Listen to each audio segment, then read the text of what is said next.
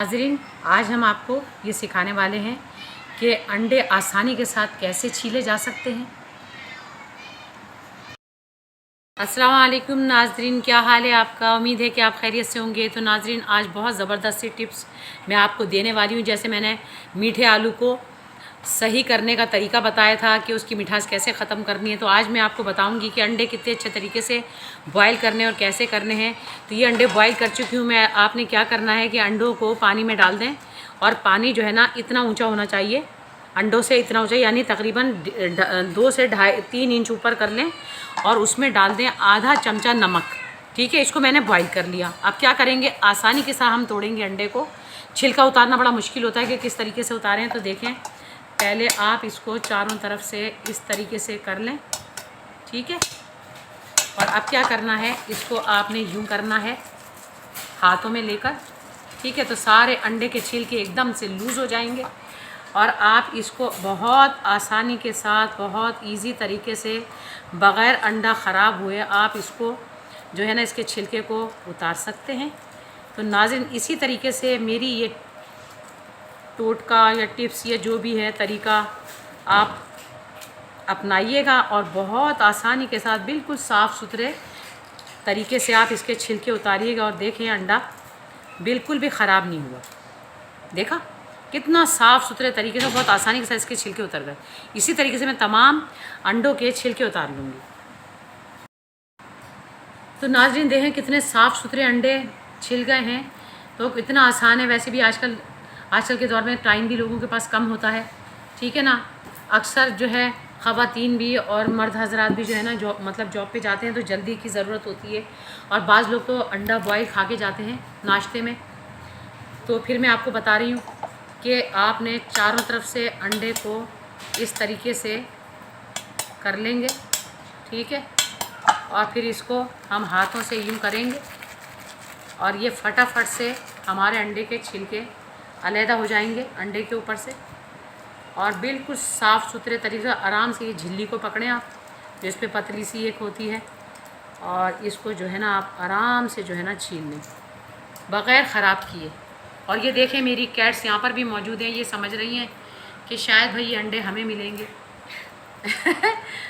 तो नाज़रीन, ये देखें कितने अच्छे तरीके से ये अंडा मैंने छील लिया।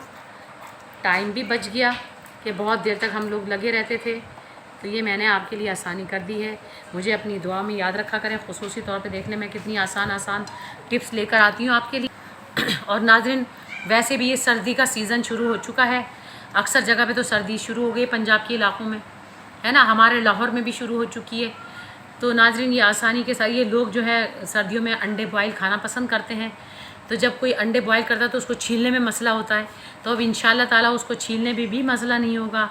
चाहे हमारी बहनें हों, हमारी माएँ हों, ठीक है, हमारी बेटियां हों, जो भी हैं वो फटाफट जाएंगी अंडे बॉयल करेंगी। लेकिन याद रखिएगा, अंडा बॉयल करने से पहले पानी में आपने नमक लाजमी शामिल करना है, क्योंकि नमक शामिल करने से ना अंडे जो है ना बहुत आसानी के साथ छिलके उतर जाते हैं।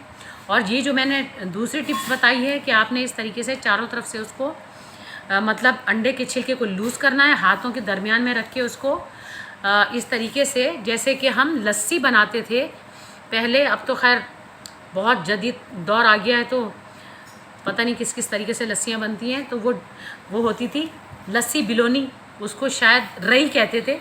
अब तो काफ़ी हद तक जो है ना नाम भी याद नहीं रहता। तो इस तरीके से हम उसको करते थे। तो इसी तरीके से आपने अंडे को करना है। तो सबके लिए मैंने आसानी कर दी है, और उम्मीद करती हूँ कि आपको मेरी ये छोटे छोटे टोटके भी पसंद आते होंगे। और नाज़रीन, एक चीज़ मैं आपको और दिखाना चाहती हूँ।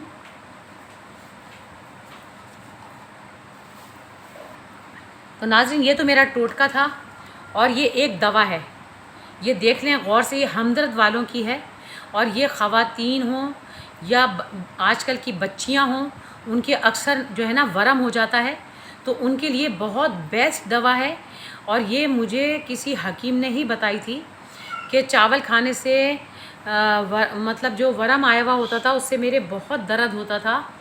तो क्या कहते हैं उसे, फिर मुझे हकीम ने ये दवा बताई। तो अक्सर लोगों को मैंने ये दवा दवा बताई तो उन लोगों को बहुत फ़ायदे हुए, जिनके एक एक बच्चे हुए थे और उसके बाद फिर उनके बच्चे नहीं हुए, और उन्होंने बहुत लेडी डॉक्टरों से जो है ना इलाज करवाया, तो उनको डॉक्टरों से कोई फ़ायदा नहीं हुआ, क्योंकि वर्म का ना डॉक्टर को भी पता नहीं चलता। मैं डॉक्टरों को बुरा नहीं कहूँगी, बहुत अच्छे अच्छे डॉक्टर भी पढ़े हैं। तो नाजरीन, ये इतनी फ़ायदेमंद दवा है कि जिनके बच्चे वर्म की वजह से, लिकोरिया की शिकायत की वजह से नहीं होते हैं, तो वो ये लाजमी इस्तेमाल करें। जिनके मतलब वर्म है या बच्चे ज़ाया हो जाते हैं, तो वो ये लाजमी 2 डिबियाँ ज़रूर खाएं, ठीक है। और मुझे इससे कोई फ़ायदा नहीं होगा कि मैं ये चीज़ आपको बता रही हूँ, लेकिन मैं फ़ायदे की चीज़ बता रही हूँ। जिस चीज़ से मुझे फ़ायदा हुआ, तो ये चीज़ आपको भी फ़ायदा करेगी इंशाअल्लाह ताला। जितने लोग खाएंगे तो इससे सबको फ़ायदा होगा, ख़वातीन को भी और बच्चियों को भी। वर्म हो जाते हैं आजकल, देखो लिकोरिया की बीमारी इतनी ज़्यादा है, तो इंशाअल्लाह आइंदा मैं लिकोरिया के लिए भी कोई दवा लेकर आऊँगी, और वो देसी दवा होगी, जड़ी बूटी होगी। और अगर वो जड़ी बूटी आपको मसला लगता है तो फिर मैं उसका नाम अभी बता देती हूँ कि एक वो आती है सुपारी पाक।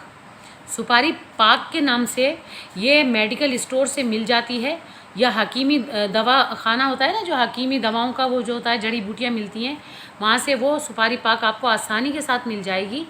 और वो आप लेकर रात को दूध में 1 चमचा घोल के, जिनसे खाई नहीं जाती, जैसे कि ऐसे फाँक के और वो ऊपर से दूध पी लेते हैं, हलक में फंसती है, तो वो दूध में घोल के भी पी सकते हैं। तो उससे मतलब लिकोरिया की शिकायत ख़त्म होती है। और इससे ये नहार मुँह 4 टैबलेट खाते हैं नाश्ते से आधे घंटे पहले, तो ये आपको इंशाल्लाह इतना फ़ायदा करेगी कि आप खुश हो जाएंगे। उसके बाद कई लोगों के बच्चे पैदा हुए हैं, मेरी ख़ुद के कज़न के हुआ है, उनके बच्चे नहीं थे, उनके हमल ज़ाया हो जाता था हमेशा, तो इस तरह से उनके 2-3 बच्चे ज़ाया हुए, तो उन्होंने फिर ये यूज़ करी। सिर्फ 2 है, और इसके अंदर का भी दिखाती हूँ मैं आपको, कि आपको पता चले। आजकल मुझे तकलीफ़ है तो मैंने मंगाई हैं ये, इस तरह की टैबलेट होती हैं ये, सिर्फ 4 खानी है आपने नाश्ते से आधे घंटे पहले। इस पर कोई खट्टी चीज़ या अचार वगैरह नहीं खाना है, और बहुत बेहतरीन चीज़ है ये। आप एक मरतबा खाएंगे इंशाल्लाह आपको इतना फ़ायदा होगा। खाली वर्म है तो आप 1 डब्बी खा लें, और अगर आपके साथ ये मसला है कि भाई शादी के बाद बच्चों का मसला है, वर्म है, तकलीफ़ होती है आपको किसी तरह की भी, तो चावल खाने से भी दर्द होता है नलों पे, तो इंशाअल्लाह ताला आपको इतना फ़ायदा देगी। आप मुझे दुआएं देंगी, और दुआओं में ही याद रखा करें मुझे। मेरे चैनल को लाइक करना, शेयर करना, सब्सक्राइब करना नहीं भूला करें, ठीक है। मेरी रेसिपियों को ज़रा तवज्जो से देखा करें, स्किप करके नहीं देखा करें, जैसे छोड़ के लोग देखते हैं, तो उससे आपको समझ में भी कुछ नहीं आएगा।